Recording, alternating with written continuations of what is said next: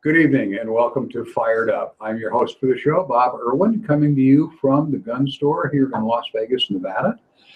We are now on Wednesday nights. As some of you may have figured out, we tape a new show every Wednesday, but you can watch them in perpetuity. They stay on YouTube forever. Actually, we just looked, we have shows going back over 2 years that are on the website for YouTube. So you can see what we said that was wrong and that things that changed. That happens. But anyway, we are on YouTube now. We tape a new one every Wednesday and they stay up so you can watch them 24/7 whenever it is convenient for you. Wonderful system. We have also, while we're talking about that, we have moved the radio show as of now to Tuesday nights from 5 to 6. We were running it simultaneously with the YouTube show. And actually, Saturday nights don't work out really well for getting guests on the show and listeners because everybody's doing something on Saturday night. We're able to find a drive time slot on Tuesdays on KSHP 1400 AM. So we will look for you there. All the stuff is up on our website at firedupwithbob.com. So you can look it up and get all the times right in the station and so on. But anyway, we're doing Tuesday 1 hour on the radio where you can actually call in. Hooray! And ask us direct questions, and we'll be on YouTube on Wednesdays, and it stays up there, and you can obviously send us an email if you have a question or comment for myself or the attorneys or whoever, and we answer all those emails. We are all about guns, politics related thereto, and self-defense issues. Tonight, my guest is one of my regular great attorneys, murder defense specialist Clark Patrick. Hello, Bob. Welcome back. Good to be back. We're on Wednesday. We might have a listener or two that has not seen you here. So would you give a little bit of your background and we'll go from there. Sure, Bob. As all of our longtime viewers know, I grew up in Montana around guns my whole life, always hunting. Did a little stint in the Army as a tanker. Got to play with their guns, which was lots of fun. And for the last little over 10 years now, I've been practicing solely in the area of murder defense. And, you know, I'll mention this because I usually do. As you know from watching television and looking at police reality shows, the best detectives become homicide detectives because they work the most important cases. The best prosecutors are the guys who prosecute capital cases and serious cases because they're more experienced and better at it. And the same applies to defense lawyers. When you find a lawyer like Clark or another attorney that appears on here that is a murder defense specialist, they're the cream of the crop. They're there because they really know what they're doing. Hopefully you never get to meet Clark in his official capacity as a murder defense lawyer because you're not in trouble because Clark's representing you, but you're in trouble because something really bad has happened and they're looking at locking you up for life or taking your life. And that's where it really matters. We do encourage questions or comments. You can text into bob@firedupmail.com. Questions of general interest we'll answer on the next show. But we will answer all those questions. If you send in a question to bob@firedupmail.com, we've got it up here on the sign if you can read it on your TV. I will answer your question or have one of the attorneys or a firearms trainer, somebody who's an expert in the field you're asking about, answer you directly. A short text to tell you what's going on, what our opinion is. And away we go. Speaking of several, there was something on the news in some shooting case that I didn't catch, but apparently there was something on stopping power and what it really means to, should you have a bigger gun and so forth and so on. I assume somebody got shot with a small caliber gun and it didn't work somewhere. And the question was, several of them related to what stopping power is appropriate for home defense or concealed carry or so forth. And that's really not a question you can answer directly. You have to consider what your opponent might do when he is shot. And if you think the bad guy will drop instantly, as they do on television and movies and whatever, think again. That really doesn't happen except very rarely. One-shot stops that are instant are extremely rare. You will only ever see one in the movies, I'm sure. What we're dealing with here is the toughness of the bad guy. Occasionally you get a single periphery hit, in the arm or the toe or something, or even a near miss, will totally disable the attacker. They fall down and cry, they run away. They just really weren't prepared for lethal combat, that somebody's going to shoot back at them. And just like the general population, some of the bad guys literally faint at the sight of blood. You never know how you're going to react until it really takes place. But anyway, so what matters really more than caliber, stopping power, is shot placement. If you hit your opponent a place that it hurts, to get an instant stop, you need to hit him in the we used to say shoot him in the running lights. You need to hit him in the brain or the upper part of his spine, where it will immediately disable him and stop him. That is very difficult to do in real life, done by luck more than by design, obviously. If you have that much time to aim that carefully shot, maybe you should have run away instead. It does happen, but the person will not be stopped. What happens is, if they get a serious wound, they start bleeding internally, or they bleed externally, or both. And eventually being 10 or 12 seconds, which can be a very long time in real life, due to lack of blood flow, lack of oxygen in the brain, they faint and they fall down. And if they don't get medical attention, in a while, they're going to die. Clark, I know, has hunted everything that walks on the face of the earth, almost. And you shoot a perfectly good shot that should be immediately disabling, and there goes the deer. There goes the deer. People are the same way.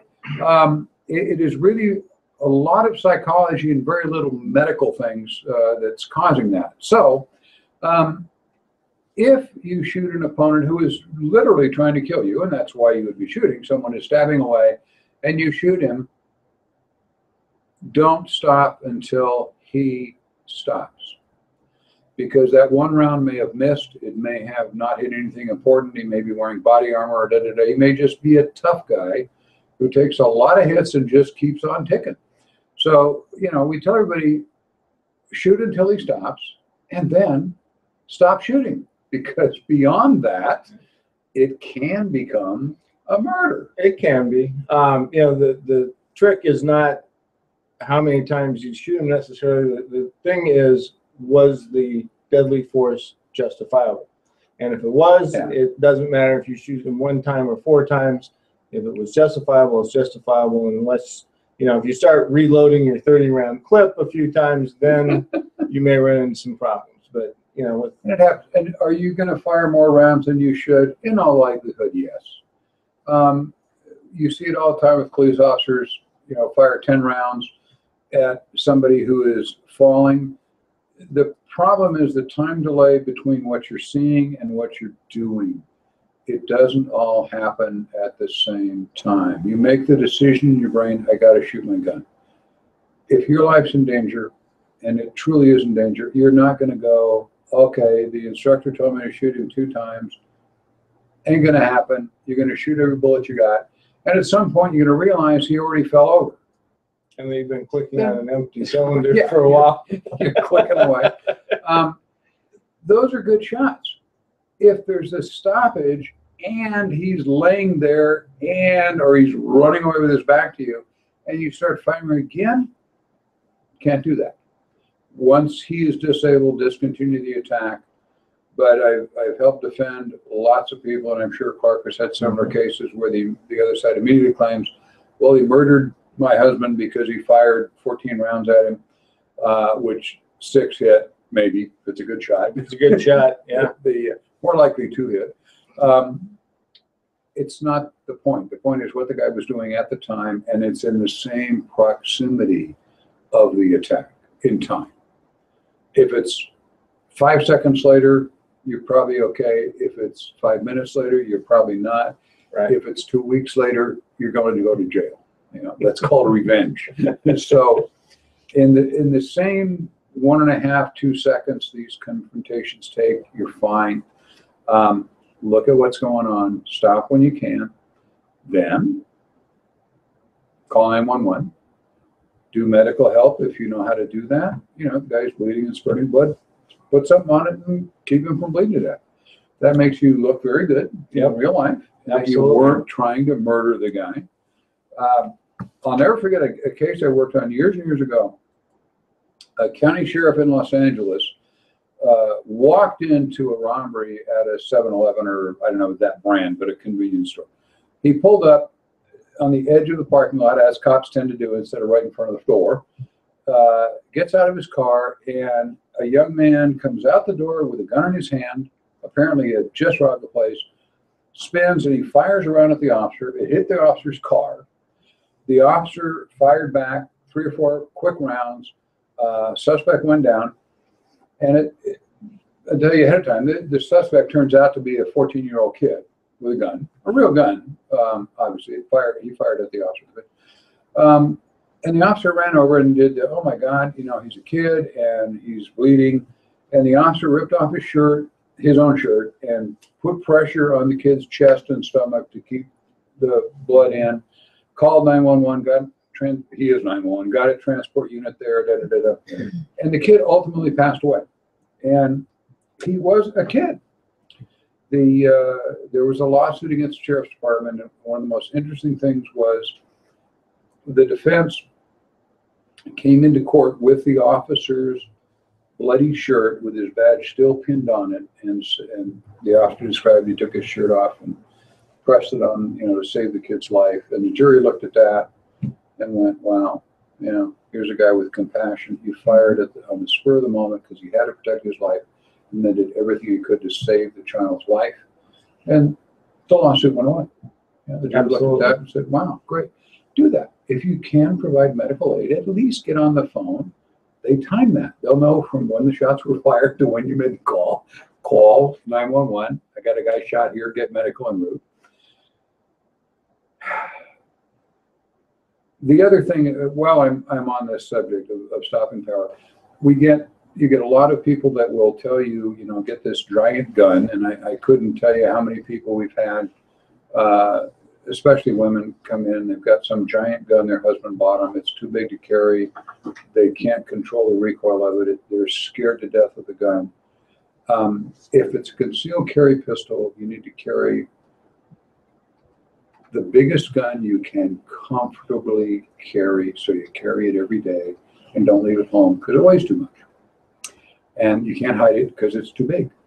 You're better off with having a tiny gun than the gun in your drawer at home when you're attacked. So pick a gun that you can shoot accurately and you're not afraid of. A gun you keep in the house can be a lot larger because you're not going to be carrying it around, and you want to make sure you stash it someplace where you can reach it in normal course of your home. If you have lots of guns, you want one near your front door, one near your back door, one near your bed, etc. So you can find a gun wherever you want. If you have kids at home and whatever, there's other problems with leaving guns all over the place. So we'll address that at other times. But you know the rules. You can't leave guns where kids can get them. Well, in our house, we have young grandchildren that visit quite often. So we have 3 in the places you mentioned, and they're all in these very small biometric safes that will open to my fingerprints and my wife's fingerprints. And that way they're always handy, but nobody else can get into them. We don't worry about the grandkids or neighbors or anybody messing with them. Yeah. You look around your house, and where are you going to be when the guy kicks your front door in? Well, I'm going to be sitting in the chair, probably watching television. So you want a gun within reach of there. Great. Where are you going to be at 3 a.m.? I'm going to be in bed here, so you want a gun preferably within the reach of there. And what if you have to run? You want one by the back door you can grab on the way out. It requires several to really do it right. If you only got one, keep it on you or in proximity of where you are. We're getting a lot of home invasions where your only warning is your front door crashing in. We've had several of those here in Las Vegas recently. Getting real scary. So you try and keep the gun at the point where you're likely to be in your house when trouble happens, or in the direction you're going to try and run. Want to remind you, you can send in questions or comments to Bob at firedupmail.com. Signs up here if you can read it. And while you're at it, if you want to friend us on Facebook, that would be nice. There are, as I often say every show, actually, there are at least 200 defensive uses of firearms every week in the United States. You'll see some exaggerated numbers on some websites that there's thousands. They're really not, a couple hundred. But they're often not covered, usually not covered by the mainstream media because it doesn't look good that people can use guns. And there's a lot of people that would like to see guns go away. We're going to talk about that right at the end here. But we always start out with a few cases for education of the viewers. So you can look at it. Some are good cases, some are bad cases. They're all food for thought, which is why we use them. I don't just put good shooting cases on this outline. I have 200 to pick from every week, and I try to pick some that are educational. There's a couple from Detroit right off the bat here. Detroit Free Press reported on the 18th, violence marred a church service. A man with a brick came into the church and attacked the pastor of the church. We've had a lot of church shootings around lately for whatever the wacko believes. Anyway, a lot of the churches are really worried about this. Sometimes they're racially motivated. Sometimes they're just some wacko. You know. Yeah. Anyway, they've been doing this, and in Detroit they've had several of them. Apparently, the attacker had some issues with the preacher here before he'd been asked to leave the church and this and that, and he threatened the pastor with injury. Anyway, he walked into the service and went after, this is a 1:30 in the afternoon church service. He walked in with a brick and started trying to smack the preacher. This is 15 minutes into the service. The church is called City of God Ministries on Grand River in Detroit. You can look it up. The preacher pulled out his Glock and fired at the guy. Unfortunately, I'm laughing when I say that, but I can imagine this guy coming in with a brick and all of a sudden there's a Glock in his face. Would be a nice surprise for us, a bad surprise for the guy with the brick. Never bring a brick to a gunfight. Anyway, the pastor fired 4 or 5 times. The guy unfortunately died at the scene. The pastor was taken into police custody for questioning to wrap up the scene. Hope he had his attorney with him. Hopefully. We're still questioning him when this story came out. And they'll turn it over to the prosecutor's office there to see if the shooting was justified. The police kind of said, well, yeah, they knew the guy and he had mental problems and they expect this will come out justified. Church violence has become an issue since the event in Charleston, South Carolina, as we all know, and a lot of pastors are now keeping firearms in their church to defend themselves from these guys and defend their flock. While I'm on that, if you're interested, the gun store here, we're on East Tropicana, offer free concealed carry classes, free operative word, every Monday, every Wednesday, every Saturday. If you want to hit our website, you can sign up online. The only thing we charge you for is the ammunition for the qualification.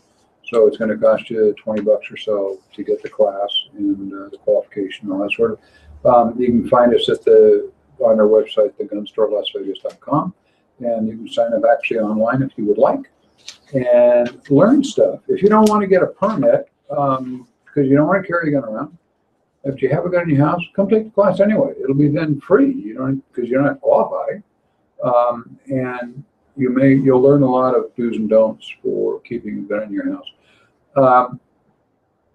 One other story from Detroit. Detroit's interesting. They've had a series of police chiefs now that have been very, very pro-gun. It's the only major city where the murder rate is actually dropping substantially because they've started issuing permits in Michigan. And the police chief is signing off on every one of them that come in. And their murder rate is dropping dramatically. Anyway, this guy, robbery victim, fought back at a Detroit bus stop. The guy's 23 years old, had officially gotten his concealed carry license a couple of weeks ahead of this. And then and a Sunday night, it turned out it was just in time. His brother did most of the talking in this. The fellow was that was involved in this. It's going through a lot. When you kill somebody, it's tough, and you want to blame yourself and all sorts of things. So his brother, who they're very close. They both have concealed carry permits. Did most of the talking to the press. Anyway, the story was that his brother had just finished work, was waiting for the bus when three teens confronted him. They threatened him and told him if he moved, they were going to kill him. So one of them reached into his pocket, into the victim's pocket, took $220. The trio got so excited about the money, they were counting it and rapping to each other, whatever they were doing. So the newly issued concealed firearm holder drew his gun and fired a number of rounds. He hit the one suspect, was 16 years old, hit him in the chest, hit a 17-year-old suspect in the leg. The 19-year-old suspect that was there ran. Pretty standard in robberies that if you're a robber and you get shot, your buddy is not going to defend you or help you. Going to run. And, so when you are caught wounded and he ran off, you can rat him off because that's traditional too, and tell the police where to go get him. Anyway, he wounded the two of them. The brother said, we're glad he didn't lose his life. He protected himself. He was in fear of his life, and he didn't know what to do. And he didn't really realize this was going to happen to him. You never do. It's always a surprise. You go through the training, and you still always think, those are newspaper stories, right? And until it happens to you. Anyway, the brother who did the firing after he shot called the police. The two wounded suspects went to find medical help at Sinai Grace Hospital, right across the street from where the shooting was. At least they picked a good spot. Yeah, who'd suspect that? Anyway, the ER people, of course, called the police when two guys walked in with gunshot wounds. Their story was someone pulled a gun and shot them and ran away. So the investigators have the 911 call say, guy just tried to rob us and I shot him and they ran away. And across the street, they got two guys come in with gunshot wounds. Duh. That's what the police work requires, right. Detective work. Anyway, so the cops kind of put that together and talked to them, and they confessed. One of them confessed. And this has nothing to do with the shooting, but I just love bad guys. They found evidence on their Facebook page of them holding guns and this and that, and throwing gang signs or whatever. And so Facebook is bad for that. Bad guys, it's really helpful as a police tool. Please put a picture of yourself with your guns and all your gang crap on your Facebook page. It really shortens up the investigation time, saves a lot of taxpayer money. We appreciate that no end. The brother believes it's a perfect example, of why he and his brother have no choice but to carry in a city that is plagued with this sort of crime, and it is, as we know. As I mentioned earlier, we've moved our companion radio show to KSHP AM 1400.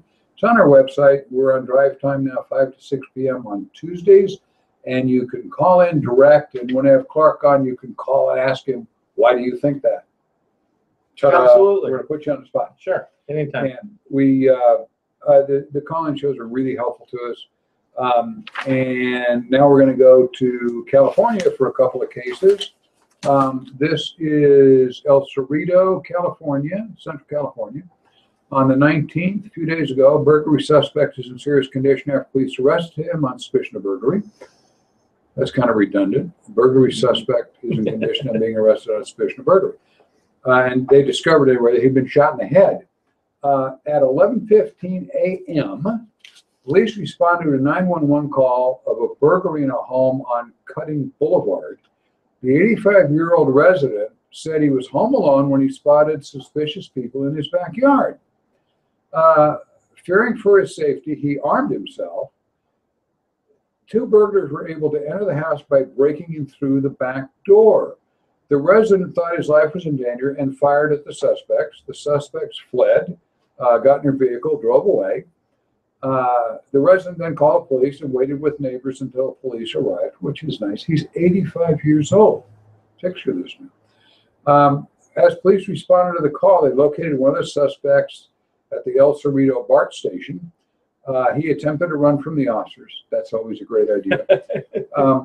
The officers caught up and detained him.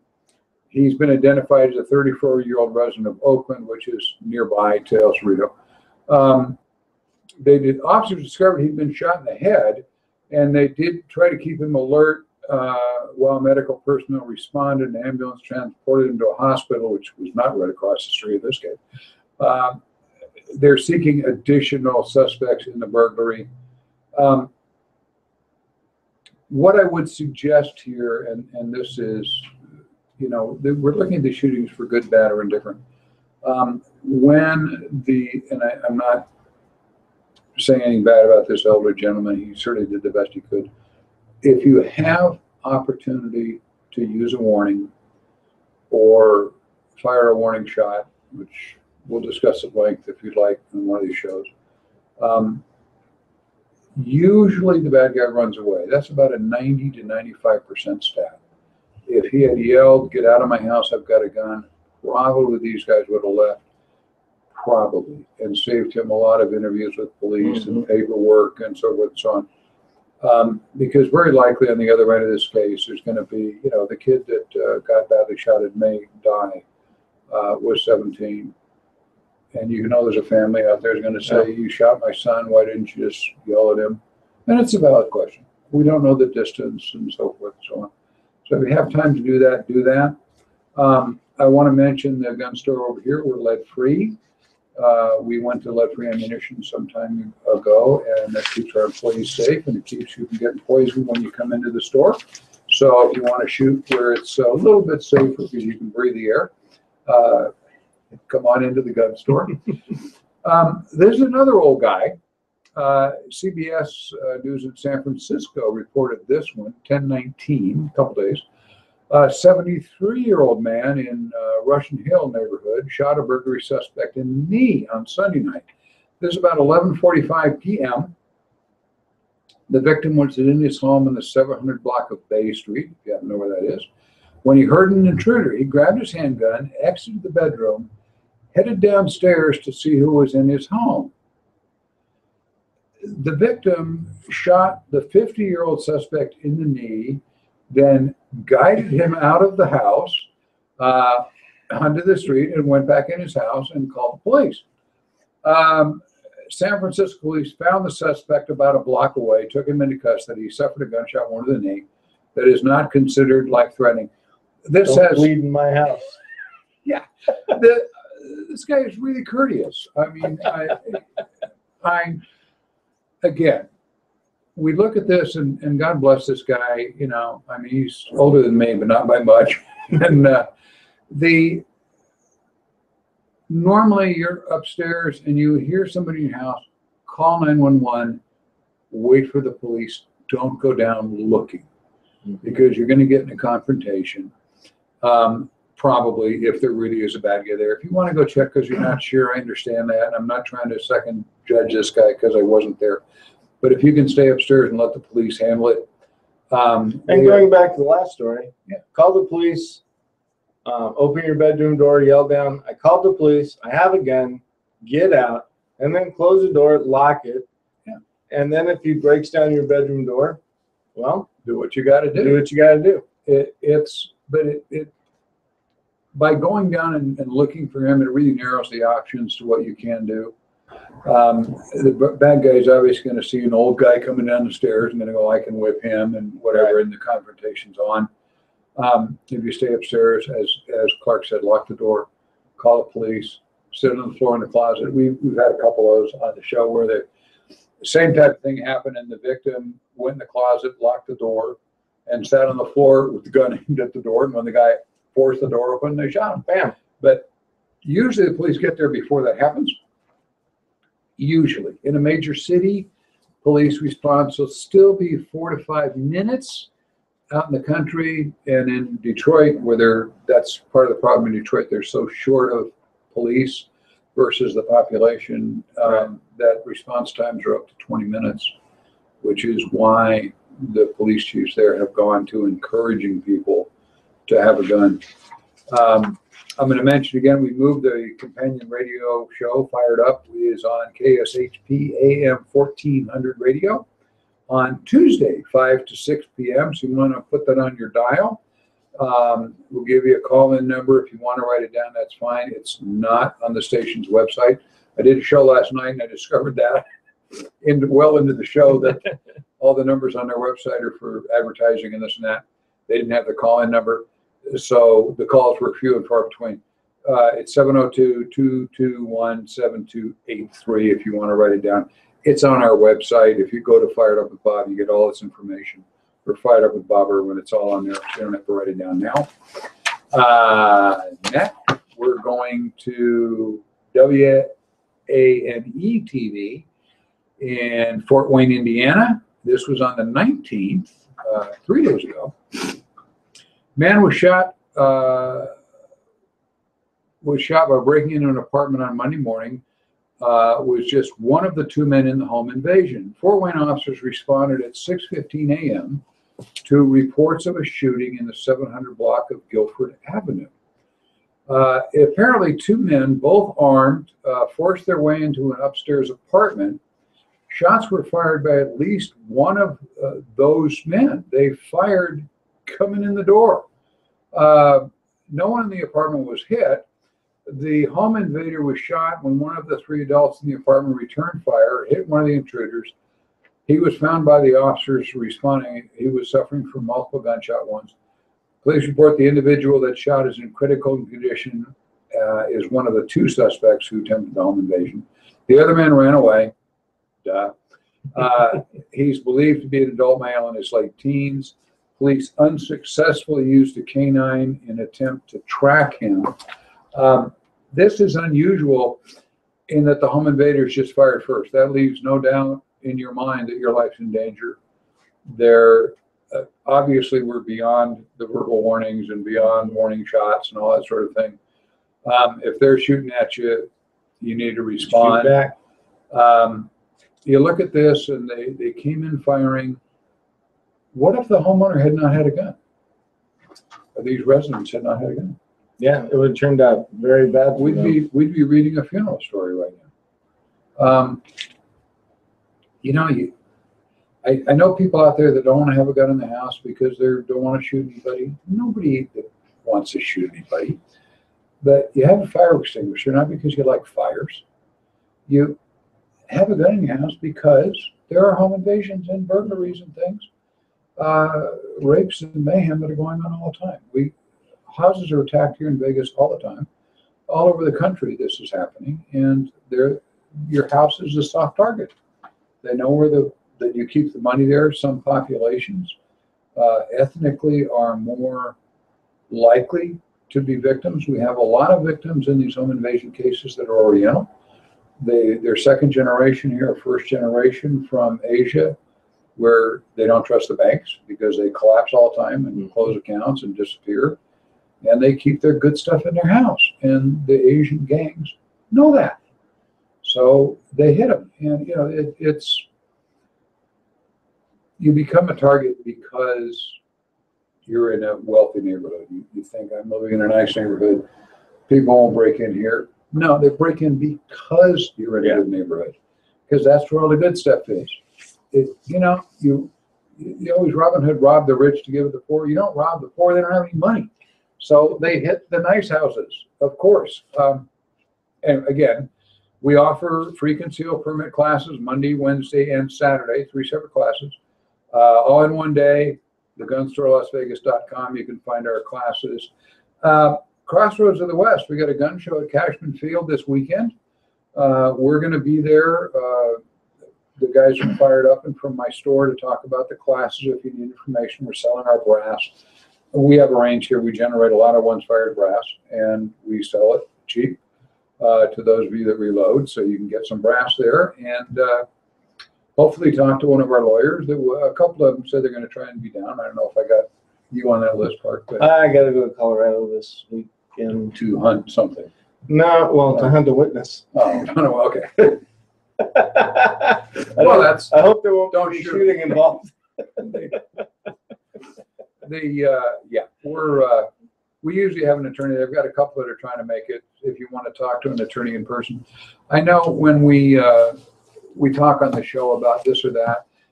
If you're something you're really not sure about, you don't want to call in and go, hi, this is Fred, and I got this gun that I may be stolen or whatever, and you want to talk person to person, that's fine. That's why we do the gun shows, so you can talk to somebody. That's enough of the gun cases. I want to talk a little bit about gun laws. We got some interesting stuff coming up. I know a lot of you are in California. We get a lot of the show goes heavily into California because we cover a lot of California law. For what it's worth, you've got a lieutenant governor there. His name is Gavin Newsom. He's partnered up with the Law Center to Prevent Gun Violence, which you can imagine what side of the debate they're on, to introduce a measure at next year's ballot that tackles the epidemic of gun violence.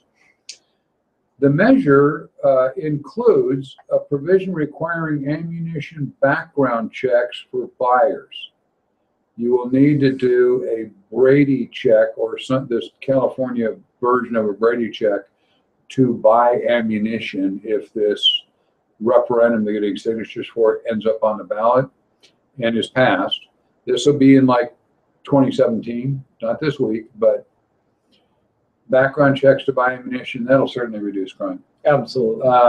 Ban possession of high-capacity magazines, anything over 10 rounds, what they call a high-capacity magazine. City of Los Angeles did that already, so did San Francisco, so did Sunnyvale. California Supreme Court has already held that that's valid because it doesn't violate your right to possess firearms. It only bans the magazine. If you recall, Clark, this was originally written as a ban on any gun that's capable of holding more than 10 rounds in the magazine. And they were sued over that, and it was held in the lower court to be unconstitutional because you have a right to keep and bear arms. So they went, aha, we'll just get rid of the magazines. So instead of getting rid of the gun, they outlaw the magazines. It's currently illegal in Los Angeles, city of. If you're driving around LA with your 15-shot grandfathered magazine in your Glock, you are subject to arrest right now in city of Los Angeles.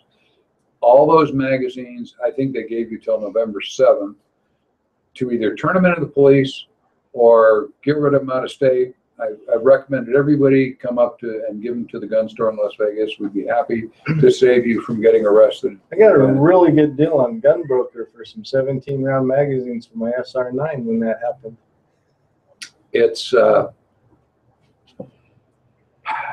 they got less bullets, and, it's a step.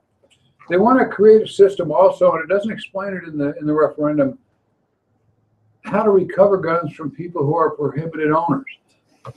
All of you guys in California have all your guns registered. I know you do because that's the law and has been for years and years. If you own a rifle or a pistol or anything that shoots, it's registered with the state of California. Now they also have lists, of course, from the courts of who's got a traffic ticket, they're a fugitive, or this or that, or had a transgression 20 years ago. So they want to come up with a system to get rid of all these guns that are owned by prohibited people. It's something like knock, knock, who's there? The police, and there you go. That isn't written, it's just in the referendum. They should have a mechanism to recover guns. I know what that mechanism is. It's probably the same mechanism they used to recover drugs. Probably. Very called like SWAT, bang, and here we go. There you go. Anyway, and if you lose a gun or your gun is stolen, you have 24 hours under this referendum to report it to the police. Otherwise, it's a crime for you not to do that, misdemeanor. So if the police, now, if your gun is stolen, you have a gun under your mattress and you haven't looked for it in 3 weeks or 3 years, and you discover one day it's gone, then you would call the police and say, my gun's gone. If you didn't look today, and instead the police recover it, and they got some guy robbing a bank with your gun, and they call and say, you know where your gun is? And then you say, well, yeah, it's right under my mattress. And you go, look, oh, it's not there. Well, this guy robbed a bank with it a week ago, and he bought it from another guy who bought it from another guy. It's been stolen, gone for at least 4 months or 4 weeks. Or if it's longer than 24 hours, you committed a crime by not reporting it within 24 hours. That's what the referendum is. Now, this requires 366,000 signatures to qualify. There's people going around California right now asking you to sign. And usually, like they did here with our gun laws, they have, you want to protect your gun rights, sign here. And you don't read what they're actually putting, you know, and you sign it. But anyway, Newsom, the lieutenant governor, is running in 2018 to replace Governor Moonbeam. Jerry Brown, he's termed out. So he's the favored candidate right now, Gavin Newsom. He said if this referendum doesn't pass, he will implement these by executive order as soon as he takes office. Wow. So welcome to California. It will be a crime-free paradise. Yes. Sure. Absolutely. The really bad part of today is Hillary Clinton.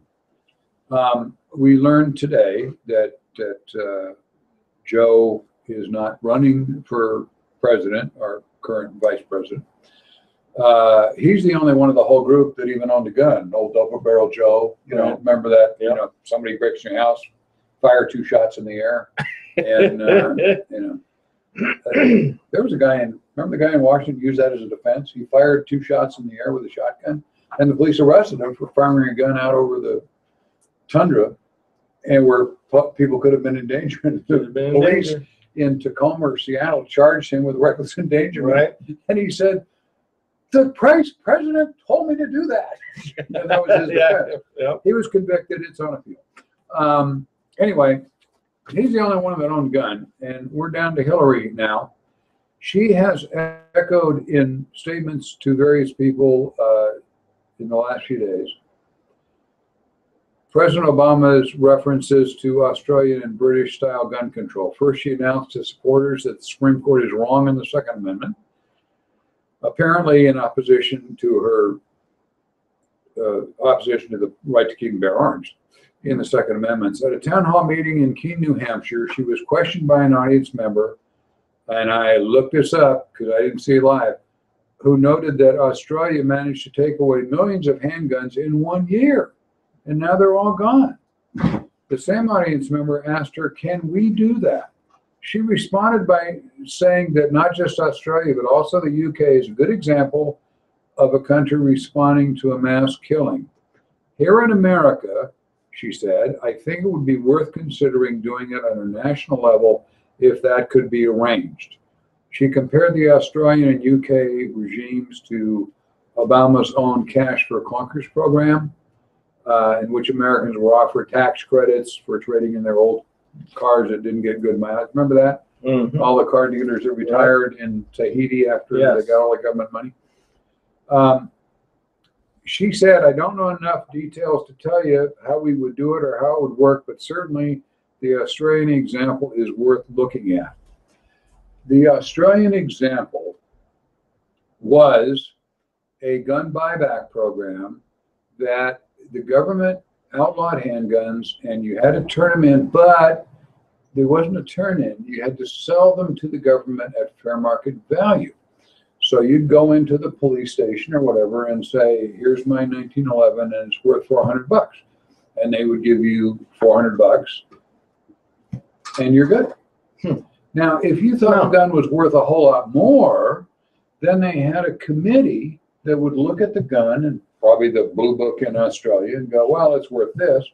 And you say, you know, my father recovered that from a Japanese soldier in World War II and it's worth a fortune to me as a family heirloom. And they'd consider that and they'd offer you a little more money. But that was the offer you took. It was a buyback, but you had to sell it to the government. It's the Vito Concorleone, I'm going to make you an offer you can't refuse. Right. You can sell us that gun for $300, or we're going to take it and keep it, and you don't get the $300. So what do you want to do?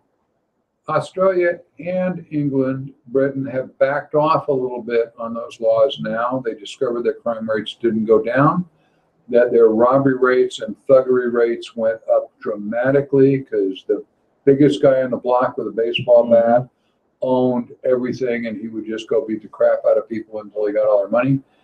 Crime rates went through the roof. We all know that. They claim a true stat. The murder rate with guns went down. The crime rates went up. You know, you can make statistics. And I'm say sure the whatever you murder want. rates with baseball bats and knives went way up They didn't too. count that. This was to stop gun murders. Wow. Yeah. And if you got no guns, there's no gun murders. No. Except for Most the guns are illegal used guns. as suicides. That's 60% of the gun deaths they always report. We look at Japan, that has virtually no guns, and they have a suicide rate that's 4 times the United States. They stab themselves. That takes some courage. Yeah. But, you know, it's Where you in the gonna culture. jump off the Tillman Bridge. Yeah, people who are going to kill themselves. They choose the one that hurts the least, which is a gun. That doesn't make guns bad. Anyway, you can find us. You have a question or comment, firedupmail.com. I'd appreciate if you would like Fired Up on Facebook. We got a Facebook page that explains all this stuff and has all the answers to all this stuff and all the phone numbers you need and so forth. I want to mention one more time, the Nevada Firearms Coalition and the NRA are having a fundraising sporting clays shoot on the 23rd, 2 days from now at Pro Gun Club in Boulder City. It's a $100 entry fee, as I understand it. They're giving away a ton of guns as prizes that are being donated. So you're going to win more than $100 worth of guns. It's a charity thing for Nevada gun rights. The money is being split between the Nevada Firearms Coalition and the NRA. And the NRA is spending the money that they get in Southern Nevada. Nice. It's all for the benefit of Nevada shooters. So please, if you have time, if you want to learn how to shoot sporting clays, go out there with a $100 bill. Before we leave this section, and the fact that you had a catalog for me, I got the new NRA catalog not too long ago, and they had this really great T-shirt that I had to get, and it says simply on the back, "Single Issue Voter," and on the front it says NRA. And so from now until the elections in 2016, every time I go out in public that it's clean, that is what I will be wearing. We are, you know, we can get a little more political on the internet than we can on the radio show. And when we do the radio call, I really don't like to talk a lot of politics on there, but we are at a crossroads here, guys. If you don't vote, don't even watch this show. You know, just go away. If you're not registered to vote, go register to vote. If we don't win this election and Hillary with her "I'm going to outlaw guns" crap gets in office, here comes executive order. There's talk Obama may try to do that ahead of the election. I don't know if he will do that. That may just be rhetoric, but Hillary said it flat out. If you want to be able to have a gun for self-defense, the bad guys aren't going to sell their guns to the government. They're not going to give their guns to the government. They already disobey the law, of course. It's against the law to murder people already. They're not worried about the gun charge, which is always dropped in the plea bargain anyway. Right? 90% of the time. Yeah. So, you know, we won't charge you with that if you plead guilty to murder, but okay, so you do. Register to vote.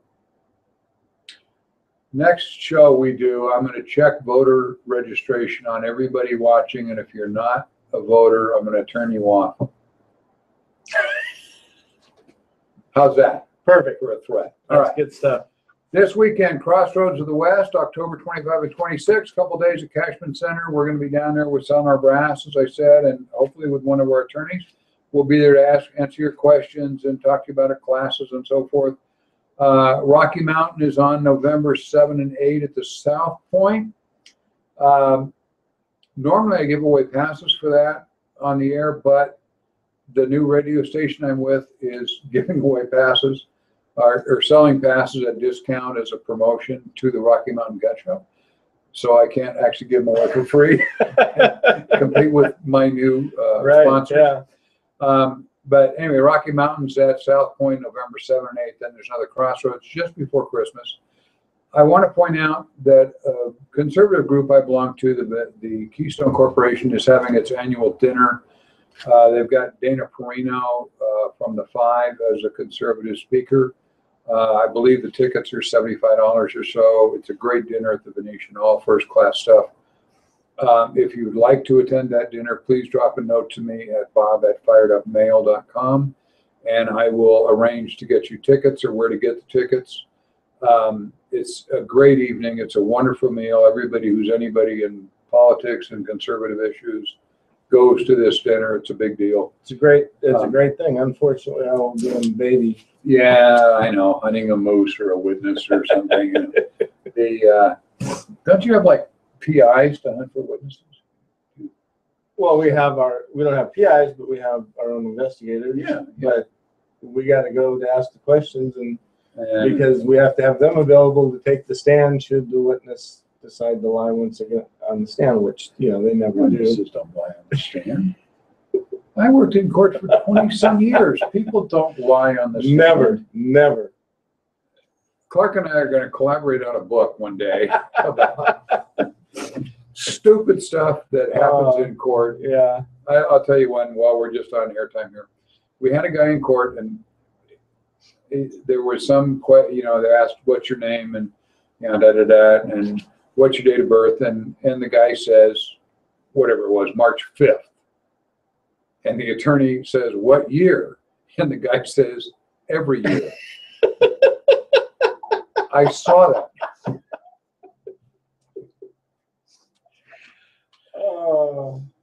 You asked him what his birthday was. Hey. It wasn't Clark, but I mean, it was like the whole court just went, what? Didn't actually get it. We got a movie coming out, sort of. There's a film, I saw the trailers at the movies last week. The film is called The Big Short. It is, I'm pushing it. It's a book by Michael Lewis about the financial crisis, the bubble, property bubble that was blown up. And these guys that are the subjects of the book and the movie were conspiring to sell subprime mortgages and packages and made billions of dollars screwing everybody in the country out of their mortgage money. This is a film about them from the book. It stars Brad Pitt, Christian Bale, Ryan Gosling, and Steve Carell, of all people. And it's got cameos by everyone and his brother in it. It's a big Hollywood deal. It's going to be out for Christmas here. It's set on that. There's previews on it at the movies now of it. And I bring it up because a quick story. I used to do some movie work. I worked on The Mexican and a few other films. And a guy called me that was location manager that I knew from other movies. And he said, I've got a crew filming. They want to film a gun shop in Las Vegas. Can we film the gun store? And I said, well, sure. It's all good for us. So they show up a couple days later with all their big cameras and trucks. And I mean, amazing crap just to film the front of the store, really. And I talked to one of the writers and I talked to the director that was there and said, thank you for filming at the gun store. That's really nice of you. It would be good publicity for us. And he said, well, we had to film here. This is where it happened. And I said, what? And he said, these guys that were in the book, the real characters, when they were through for the day screwing everybody out of all their mortgage money, they came to the gun store to shoot, to blow off steam. Nice. And you didn't even know it. No, I didn't know. We didn't know. They were just customers. And I'm looking over at this location manager who convinced them to use my store. I said, really? You came here because, the guy said, well, I gave them directions. So the gun store is going to be on a movie that'll come out at Christmas time called The Big Short with, I don't know what stars appearing in it. They did the interiors at a range in New Orleans while they were filming the movie for some reason. And so they're in our store, but you're going to see a different interior. But it's a really nice range. It'll make us look good. So we'll be there, and you could see the front of the gun store on Did you get big screen and the big extra? short. Did you get a cameo appearance? No, didn't even know these guys were there. No, I No, mean when they came and filmed recently. Oh, Should have no. wrote that into the contract. Well, I should have. Yeah, me waving hi. Yeah.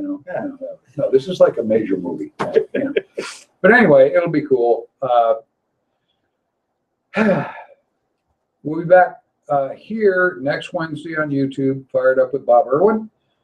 Now on Wednesdays, we put a new show up, but the shows stay on, so you can look anytime you want, 24/7. The one we're doing right now is going out simultaneously onto YouTube. It's up now if you want to start watching it, but don't, because we're still here live. Anyway, the new shows are up, and you can watch them 24/7. Again, on the radio, we are now going to be on Tuesdays. The next show is next Tuesday. We're on 1400 AM. And we have live call-ins. That'll be from 5 to 6. All this stuff is on our website, so you can find it. If you need a guest speaker for your organization, we also offer that. The office phone here is 702-333-0033. Leave a message. We just use that for people that want to hire one of us to do that sort of thing or have a guest speaker. So you can leave a message, and we pick them up every few days, and we'll call you back. Do not use that to call us because the phone is not monitored.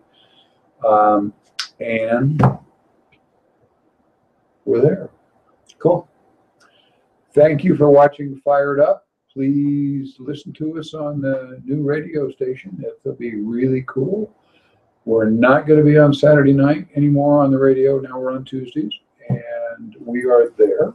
And here on Wednesdays. And here on Wednesday. So we're going to do the show separate so we can do the live call-ins. That's what I've really been missing, is the ability of people to call in and say, why did you say that? That's really stupid. So I can get in an argument right here. That's cool. So we will do that. Thank you, Clark, for appearing. Anytime, Bob. Thank you, Justin, for doing all the engineering again. No problem. Thank you guys most of all for listening and watching this on YouTube. I appreciate it. Come by the gun store and buy something expensive. I'll appreciate that even more. Have a good evening.